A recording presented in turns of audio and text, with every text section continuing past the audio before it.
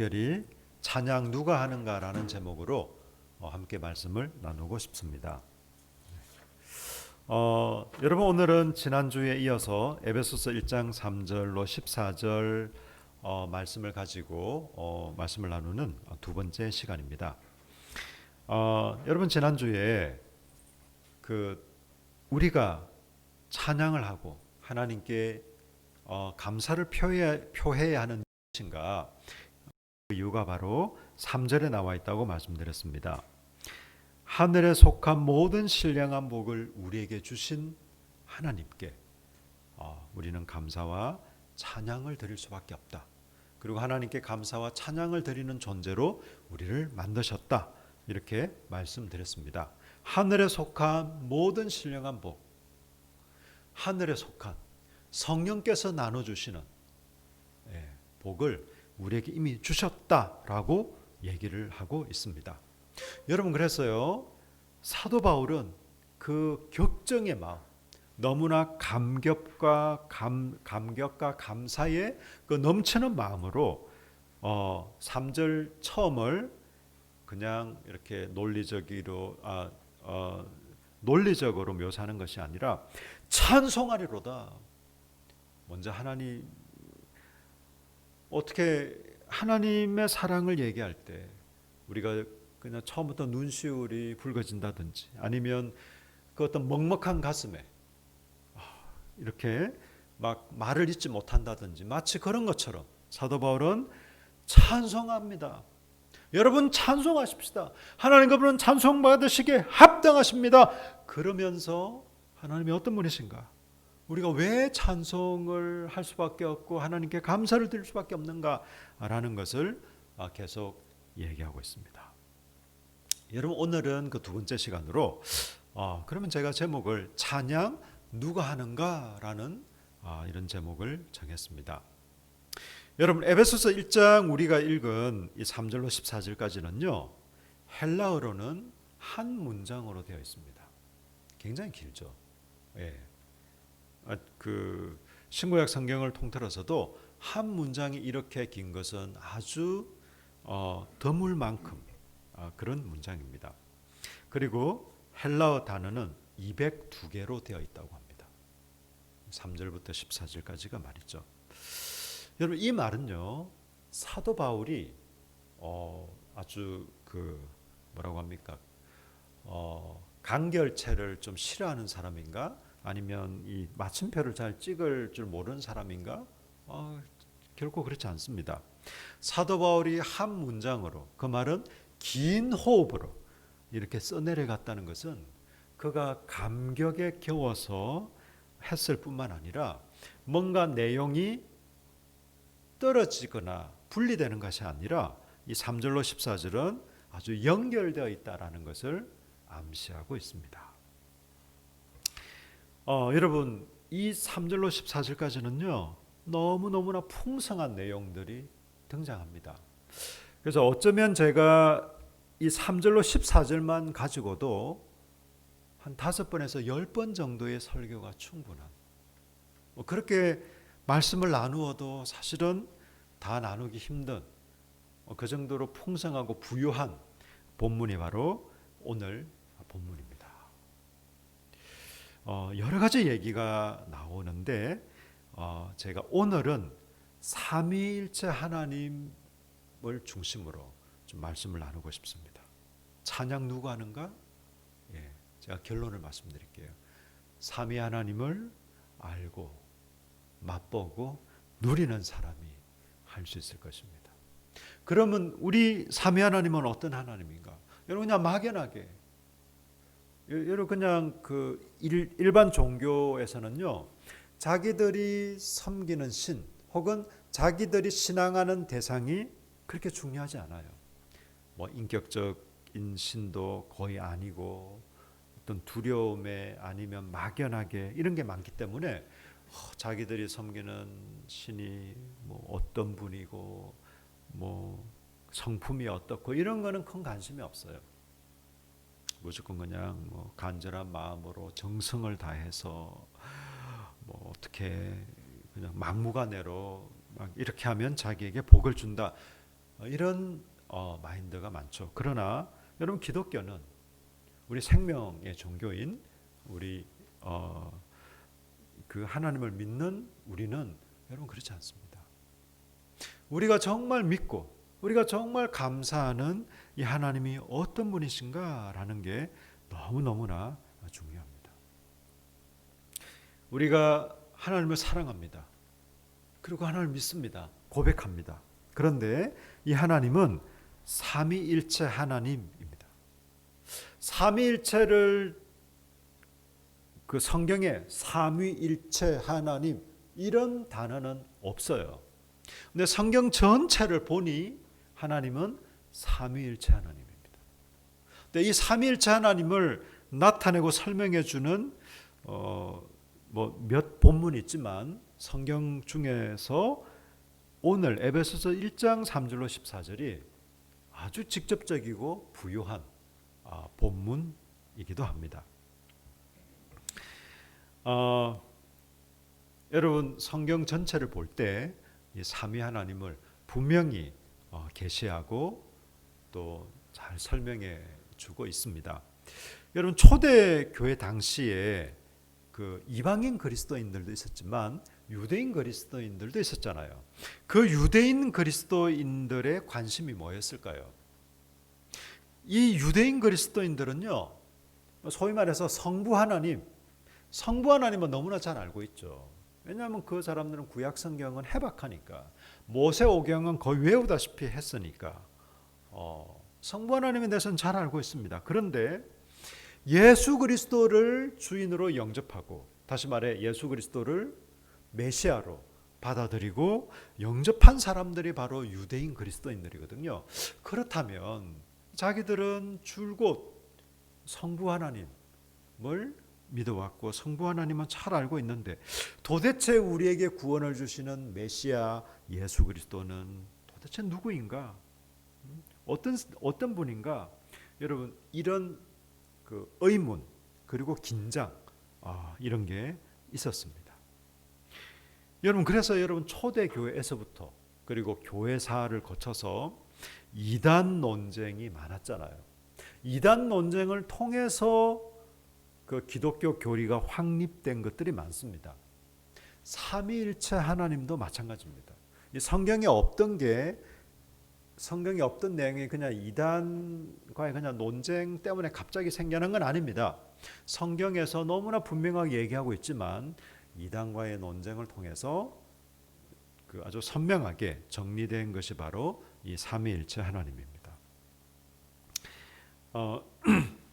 여러분 그 초대교회를 지나서요 니케아 공의회라고 AD 325년에 그 니케아에서 그 당시 어떤 교부들을 중심으로 이렇게 모여서 회의를 했습니다. 그리고 콘스탄티노플 공의회라고 AD 381년 이 두 회의를 통해서 우리가 믿는 삼위일체 교리가 성인 확정 고백되었습니다. 여러분 삼위일체 이단을 쉽게 정리를 하면요, 삼위일체 논쟁에서 가장 핵심되는 건 두 가지입니다. 하나는 성부 하나님과 성자 하나님과의 관계입니다. 성부 하나님과 성자 예수님과의 관계. 그리고 또 삼위 하나님의 위격, 누가 더 높고 낮고 뭐 동등하고 뭐 이런 거 위격에 관한 문제. 그러니까 이 삼위 하나님에 관한 논쟁은 이 두 가지라고 할 수 있습니다. 목사님, 우리가 뭐 그런 교리적인 내용 그런 걸 알 필요가 있습니까? 그럼 뭐 목사님들은 아시면 되는 거고 우리는 그냥 하나님 말씀만 좀 잘 이해해 주세요. 여러분 그 말도 전혀 틀린 말은 아니지만 50%는 맞고 50%는 틀립니다. 여러분 이 삼위일체에 대한 역사나 교리는 우리가 좀 분명하게 알 필요가 있습니다. 왜냐하면요, 그냥 우리 교회 생활에 좀 필요한 아니면 성경을 좀 더 잘 이해할 수 있는 어떤 배경적인 이런 지식, 여러분 그건 반드시 알아야 된다 이런 차원은 아니거든요. 우리가 그런 배경적인 지식을 좀 알고 있으면 성경을 이해하는데 훨씬 유익하겠죠. 그런 점에서는 좋겠지만 뭐 반드시 꼭 알아야 된다 이렇게는 얘기할 수 없을 것입니다. 그러나 여러분 기독교는 막연한 종교가 아닙니다. 우리가 믿고 신앙하는 하나님이 살아계시고 그분이 인격적인 그리고 실제하시는 하나님이십니다. 그래서 우리가 그분을 믿는다라는 것은 그냥 뭐 세게 믿는다, 그냥 막연하게 그냥 대충 이게 아니라 정말 그 하나님을 제대로 올바르게 알고 또 우리의 삶에서 또 우리 인격과 삶에서 그 하나님을 경험하고 누리는 이 두 가지가 다 있을 때 우리는 믿음이 있다 혹은 믿음 생활을 한다 이렇게 얘기할 수가 있습니다. 여러분 이 삼일체 하나님과 관련해서요 이런 크게 세 가지 어떤 이단적인 가르침이 있었습니다. 여러분 첫째는 양자론입니다. 양자론은요 예수 그리스도가 성부 하나님에 의해 양자로 입양됐다 이렇게 얘기하는 거예요. 따라서 이건 삼일체가 아니라 일신론이겠죠. 이런 또 일신론을 주장하는 것 중에 하나가 양태론입니다. 첫 번째가 뭐라고요? 양자론. 두 번째가 양태론. 양태론은요 아마 저는 어렸을 때 그런 설명을 종종 들었어요. 어떤 한 분이요 집에서는 아버지예요. 교회에서는 집사님입니다. 직장에 가면 뭐 이렇게 과장님. 이렇게 삼위일체를 설명하는 경우들이 있었는데요. 사실은 이렇게 설명하면 잘못된 거죠. 결국은 한 사람이잖아요. 다만 역할의 차이만 있을 뿐, 뭐 집이나 교회나 가정에서 그게 역할의 차이만 있을 뿐 결국 한 사람이잖아요. 그래서 이것도 삼일체 하나님을 온전하게 설명할 수 없습니다. 오히려 이것은 이단적인 가르침입니다. 세 번째는요, 삼신론. 삼위일체가 아니라 세분 하나님을 얘기합니다. 여러분 삼위 하나님이 각각 존재한다는 주장이에요. 각각 존재하신다. 우리는 그래서 뭐 세분 하나님을 섬긴다 뭐 이렇게 얘기합니다. 그러나 우리가 고백하는 하나님은 삼위일체 하나님입니다. 여러분 삼위만 주장한다고 해서 옳은 게 아니고 일체만 주장한다고 해서 옳은 것도 아닙니다. 여러분 어쩌면 우리가 삼위일체 하나님은 우리의 논리와 이해로 100% 충분하게 다 납득하기 어려운 면이 있습니다. 그래서 이 삼위일체 하나님을 신비라고 얘기하기도 합니다. 그렇지만 우리가 알고 또 우리가 믿고 우리가 마땅히 믿고 고백해야 할 내용까지는 분명하게 성경에 게시되어 있습니다. 잘 나와 있기 때문에 우리가 그것을 올바르게 알고 또 올바르게 신앙할 필요가 있죠. 이 삼신론, 여러분 그렇지 않죠? 삼위일체, 성부, 성자, 성령이 계시지만 그럼 뭐가 일체냐? 이분의 그 성부, 성자, 성령 하나님의 성품과 능력과 영광이 동일하다라고 해서 삼위일체라고 얘기를 합니다. 여러분 우리가 잘못하면 전제군주적인 일신론을 고백하는 경우가 많아요. 우리가 너무 그냥 오히려 천주교에서는 성부, 성자, 성령을 좀 균형 있게 좀 언급도 하고 높이기도 하고 이렇게 하는데 우리 특히 개신교가 잘못하면 그냥 성부 하나님, 주로 그냥 하나님 아버지. 그럼 하나님 아버지라고 부른다고 해서 이게 잘못된 건 아니에요. 그런데 주로 그냥 하나님 아버지, 그냥 성부 하나님께만 집중되어 있는 이런 경우들이 있습니다. 그건 좀 올바른 경우는 아니겠죠. 예. 자, 그래서 제가 오늘 말씀드리려고 하는 첫 번째는요, 성부 하나님입니다. 모든 신령한 복을 누가 주셨나요? 하나님 아버지, 성부 하나님이 주셨어요. 그리스도 안에서 우리를 예정하사 그분의 아들들, 다시 말해 그분의 양자로 입양하신 분이 누구라고요? 성부 하나님. 은혜의 영광을 찬양하게 하신 분도 6절에 성부 하나님입니다. 여러분 어떤 면에서요 성경 전체 그리고 이 에베소서 1장 3절로 14절도 성부 하나님 중심적인 것은 사실입니다. 성부 하나님 중심적인 것이 분명히 있어요. 이런 점에서 우리는 하나님 중심적이다라고 얘기할 수 있습니다. 전체 맥락에서 볼 때 말이죠. 성부 하나님이 거의 모든 문장에 주어로 등장합니다. 마치 이런 거예요. 성부 하나님이 예수 그리스도 안에서 우리를 양자 삼으셨습니다. 성부 하나님이 그리스도 안에서 우리를 구원하셨습니다. 마치 이런 겁니다. 성부 하나님이 성령을 통해 우리에게 인치셨습니다. 도장 뻥 찍었습니다. 뭐 이렇게 얘기하는 겁니다. 그런 면에서 볼 때 모든 문장, 거의 모든 문장의 주어, 거의 모든 그 내용의 어떤 중심은 성부 하나님으로 묘사되어 있습니다. 그건 분명합니다. 그러나 동시에 성부, 성자, 성령 하나님이 여기에 등장합니다.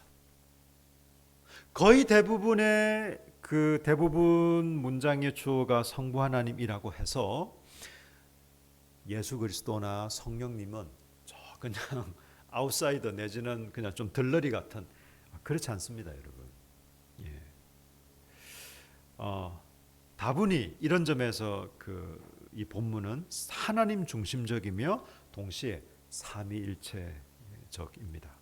여러분 신학에서는요 성령 하나님의 별명을 붙여줬는데 뭐라고 하는지 아십니까? 성령 하나님. 힌트. 이번 대선에 미국 대선을 말하는 거죠. 보통 트럼프 표가 이런 표가 많다라고 얘기를 했죠.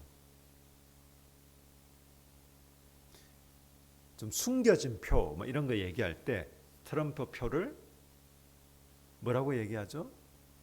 샤이 트럼프 뭐 이런 거 들어보셨죠? 좀 부끄러워하는 수줍어하는. 그러니까 예를 들면 여론조사에서는 트럼프를 지지하지 않다가 실제로 대선 때 이제 왜냐하면 공개적으로 트럼프를 지지하기가 좀 부끄러우니까 예. 성령 하나님의 별명을 뭐 성경에서 그런 건 아니고 그냥 신학자들이 붙여준 별명이 샤이 성령님입니다. 샤이 성령님, 샤이 하나님.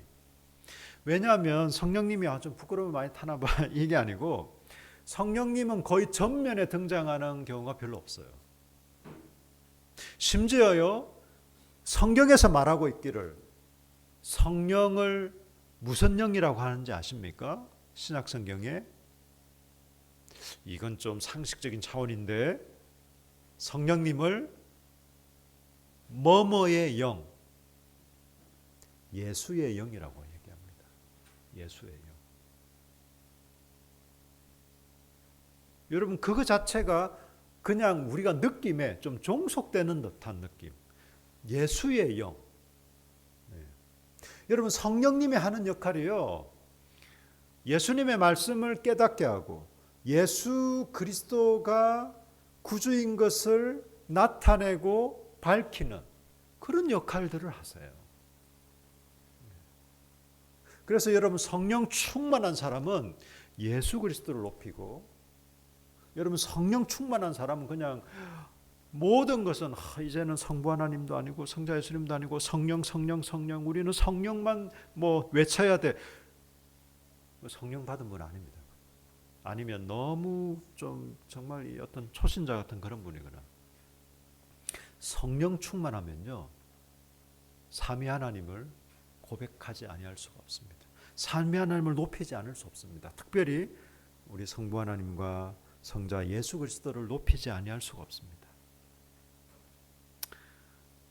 어쨌든 성부 하나님 중심적인 것은 분명하나 삼위일체적으로 잘 나타나 있습니다.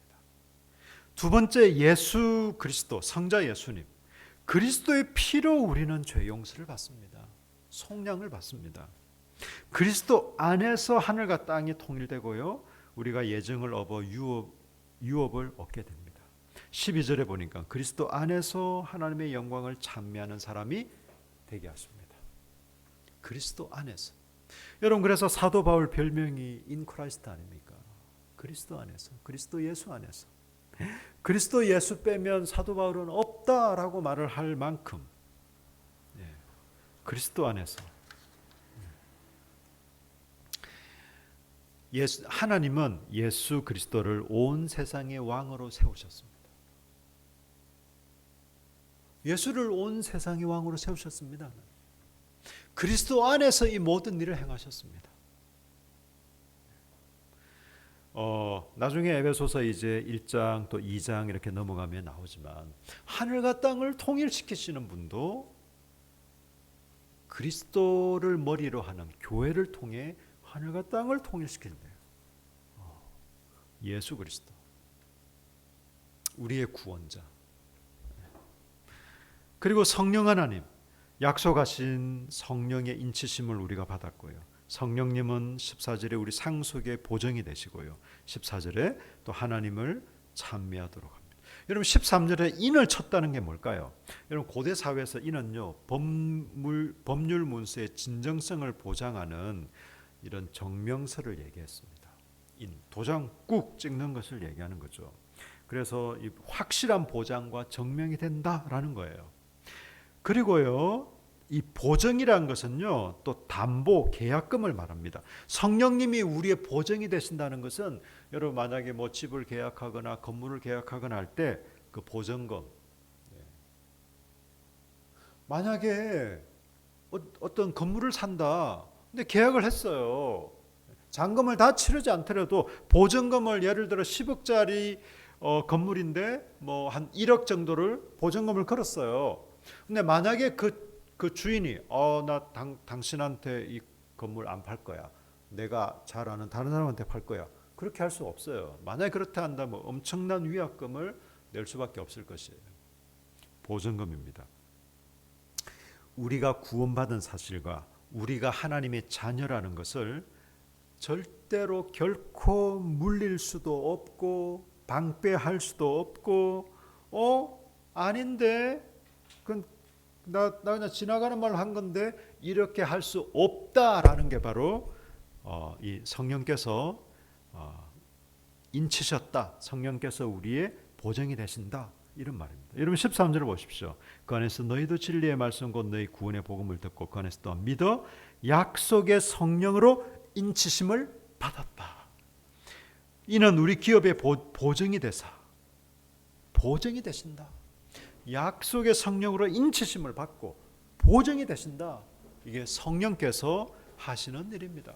여러분 구두 약속 좋죠. 서로 우리가 서로 어떤 신뢰가 있으면 구두 약속 할 수 있지만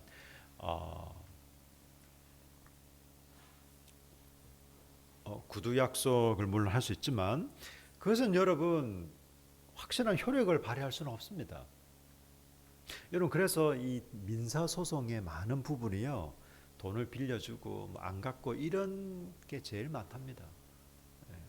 그나마 이제 뭐 변호사 입회하에 공정 내지는 딱 이런 확실하게 문서화돼 있는 경우 뭐 이런 경우는 그나마 괜찮은데 보통 그렇지 않잖아요. 그냥 뭐 내가 언제까지 갚을게. 내가 지금 급해서 그래 알겠어요.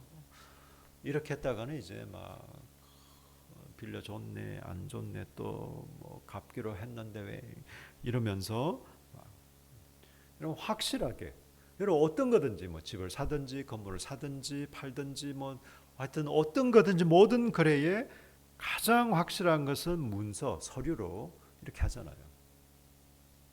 마치 성령께서 하시는 일이 역할이 그렇다라는 말입니다. 성령께서 우리의 구원과 우리의 신분 또 우리의 삶의 보정이 되시고 보장이 되시는 분이 성령이십니다. 여러분 이것은요 단지 그냥 문서상만의 얘기가 아닙니다. 성령께서 우리와 함께 계십니다. 우리 각자와 함께 하십니다. 우리 공동체 가운데도 함께 하십니다. 그 말은요 매일의 삶에서 성령님을 경험하고 그분의 다스림과 도우심을 경험하고 누리는 것이에요. 우리가 성령 하나님을 매일의 삶에서 경험하고 누리는 것입니다. 여러분, 이것은 제가 체험주의를 얘기하는 게 아니에요.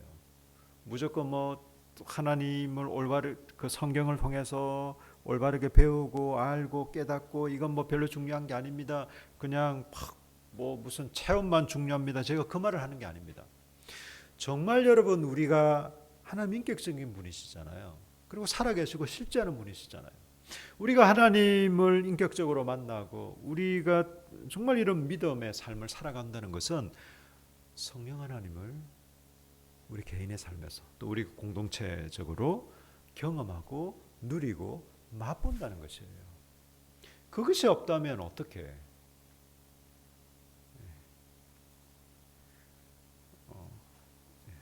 이것은요, 당연히 이렇게 해야 될 것이기도 하고 또 그리스도인의 특권이기도 합니다. 특권. 우리가 성령 안에서 살아간다는 것, 우리가 성령님과 함께 살아간다는 것, 성령님과 동행한다는 것. 여러분, 성부, 성자, 성령 하나님이 너무나 명확하고 선명하게 이 에베소서 오늘 본문에 잘 나타나 있습니다. 우리가 어떤 하나님을 믿는가? 삼위일체 하나님을 믿고 고백합니다. 여러분, 그런데 또 이런 면도 있습니다. 우리 삼위 하나님께서 각각 그냥 따로 역사하시냐? 그렇지 않습니다. 성령께서만 역사하시냐? 그렇지 않습니다. 구원자 예수 그리스도만 역사하시지도 않습니다. 예, 삼위 하나님께서 함께 역사하십니다. 그래서 그 삼위 하나님의 공조 혹은 동역 이런 표현도 씁니다. 우리 하나님 아버지가 예수 그리스도 안에서 성령을 통하여 오늘도 저와 여러분과 만나주시고 저와 여러분을 만나주시고 이곳에 함께 하시고 역사하고 계십니다. 여러분, 우리가 성경을 알고 우리가 성경을 배우고 이 설교를 듣는 이유가 뭘까요? 하나님을 예배하기 위해서입니다. 신학도 마찬가지입니다, 여러분. 물론 이제 우리가 신학교로 가는 것은 어떤 목회자의 길을, 사역자의 길을 가기 위해서 그런 것도 있지만, 물론 그게 큰 이유지만 결국 신학이라는 것도, 신학을 공부하는 이유도 우리 성도들이 신학을 공부하면 안 되냐뇨? 아니요. 오히려 좀 공부를 할 필요가 있어요. 꼭 신학교 과정에 이런 게 아니라도 정말 성경과 또 신학은 우리가 올바른 그리스도인의 삶을 위해서도 좀 공부할 필요가 있습니다. 그런데 이 신학을 공부하는 거, 성경을 공부하는 것은 하나님을 예배하기 위해서입니다. 하나님을 예배하지 않는, 하나님을 찬양하고 그분께 합당한 영광을 돌리지 않는 성경 공부와 신학은 도대체 무엇을 위한 걸까요? 아무 의미가 없는 것이에요, 여러분. 그런 걸 이제 흔히 말하는 죽은 신학이다 이렇게도 얘기를 하는 것이죠. 여러분, 그냥 문서화된 신학 이 자체로는요, 생명을 잉태할 수도 없고 사람을 변화시킬 수도 없습니다. 삼위 하나님을 우리가 알고 깨닫게 되면 자연스러운 반응이 있어요. 자연스러운 반응이 있습니다. 뭘까요? 우리가 삼위 하나님을 알고 깨닫게 되었을 때 나타나는, 이거는 억지로 애쓰고 노력해서가 아니라 너무나 자연스럽게 나타날 수밖에 없는 반응, 또 자연스럽게 나타나는 반응, 뭘까요? 예? 찬양. 예. 하나님을 높이고 찬양하고 감사하는 것입니다. 이 반응이 나올 수밖에 없습니다. 여러분, 그래서 하나님을 아는 사람, 예를 들면 저 사람은 믿음이 있는 사람이야, 저 사람 참 믿음이 좋은 사람이야, 저 사람은 신실한 사람이야. 근데 늘 그냥 주로 저분의 입에서 나오는 말은 좀 불평불명이 많지, 늘 인상은 좀 찡그리고 있지. 좀 이상한 거예요, 여러분. 하나님이 이상하거나 그 사람이 이상하거나 그렇지 않습니다, 여러분. 우리가 힘든 일일 때 좀 좀 짜증이 날 수도 있고, 좀 어려운 일이 있으면 좀 화도 날 수도 있고 그럴 수 있죠. 그런 게 아니라 일상에서 평소에 늘 그냥 불평불만, 늘 그냥 부정적인 그럴 수가 없습니다, 여러분. 사랑을 속일 수 없다시. 사랑하고 있는 사람이 속일 수 없잖아요.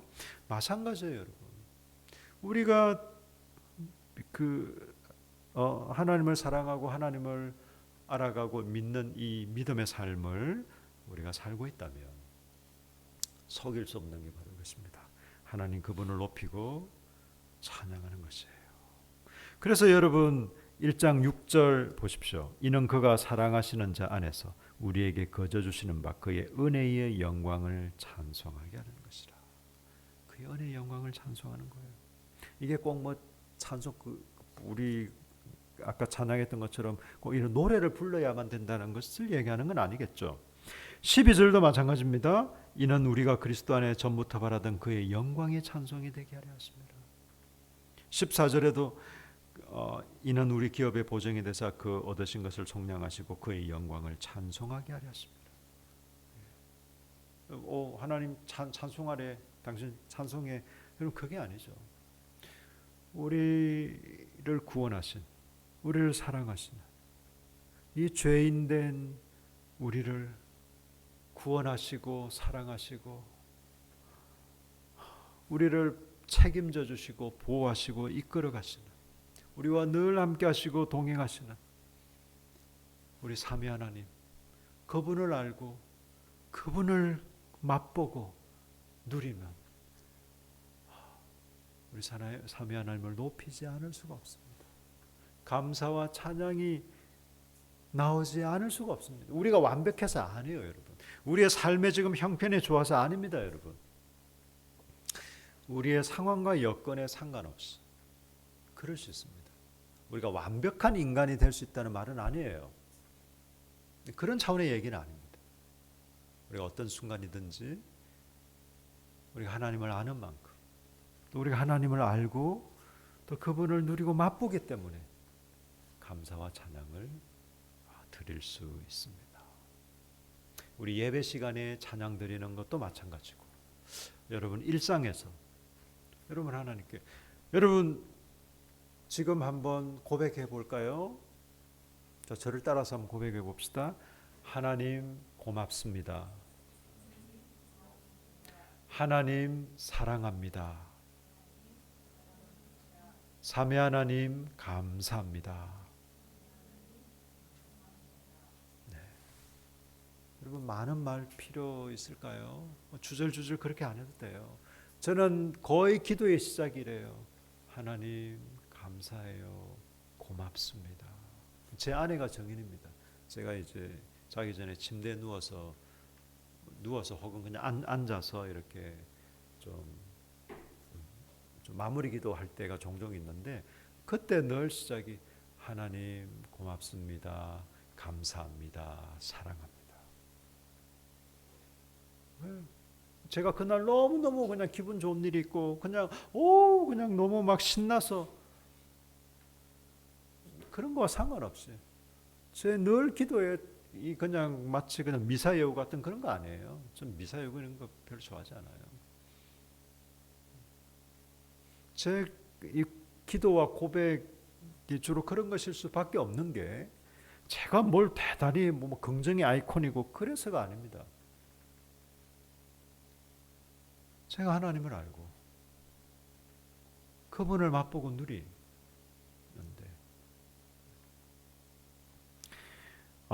여러분 우리 일상에서 삼위 하나님을 더 풍성히 알고 또 맛보고 누리는 저와 여러분 되었으면 좋겠습니다. 감사와 찬양을 하나님께 드리는 그런 저와 여러분 되었으면 좋겠습니다. 아멘. 예, 우리 한번 기도할까요? 예, 같이 좀 기도하겠습니다. 우리 삼위 하나님을 더 풍성하게, 더 깊이 알아갈 수 있도록, 또 그분께 합당한 감사와 찬양을 드릴 수 있도록. 여러분 이것이 그냥 뭐 의무가 아니라 하나님 당신을 맛보고 싶습니다.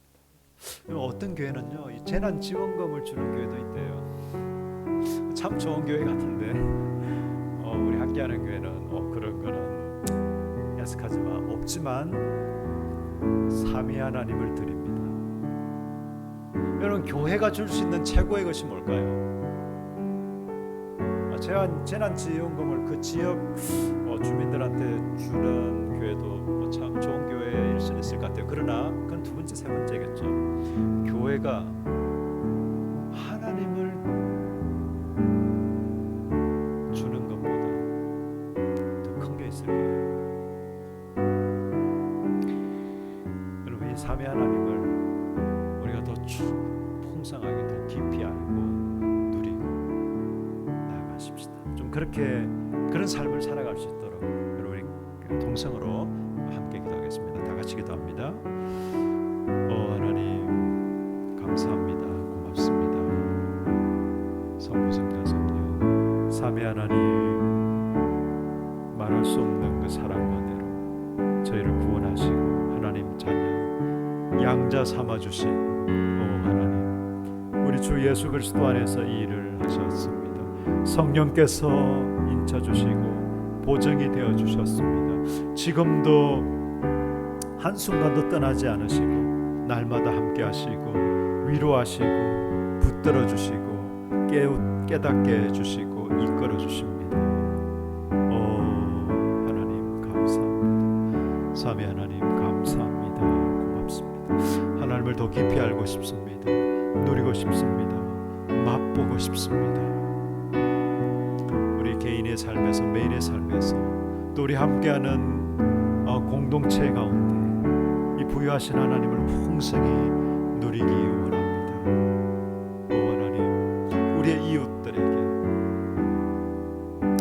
우리 하나님을 알게 하고 소개하고 함께 누리게 하고 싶습니다. 우리 함께하는 공동체 가족들이 더 많아지고 늘어나서 하나님께 우리가 기쁨과 감사의 찬양을, 더 간절한 찬양을 올려드리고 싶습니다. 하나님, 영광과 찬양을 받으십시오. 하나님 감사합니다. 고맙습니다. 우리의 구원과 생명이 되시는 삼위 하나님 감사합니다. 하나님 아버지께서 예수 그리스도 안에서 성령님을 통하여 날마다 우리에게 찾아오시고 만나주시고 깨닫게 하시고 이끌어 주십니다. 하나님 감사합니다. 고맙습니다. 하나님을 더 깊이 알고 누리고 맛보고 싶습니다. 예수님 이름으로 기도합니다. 아멘. 네, 우리 다 같이 일어나셔서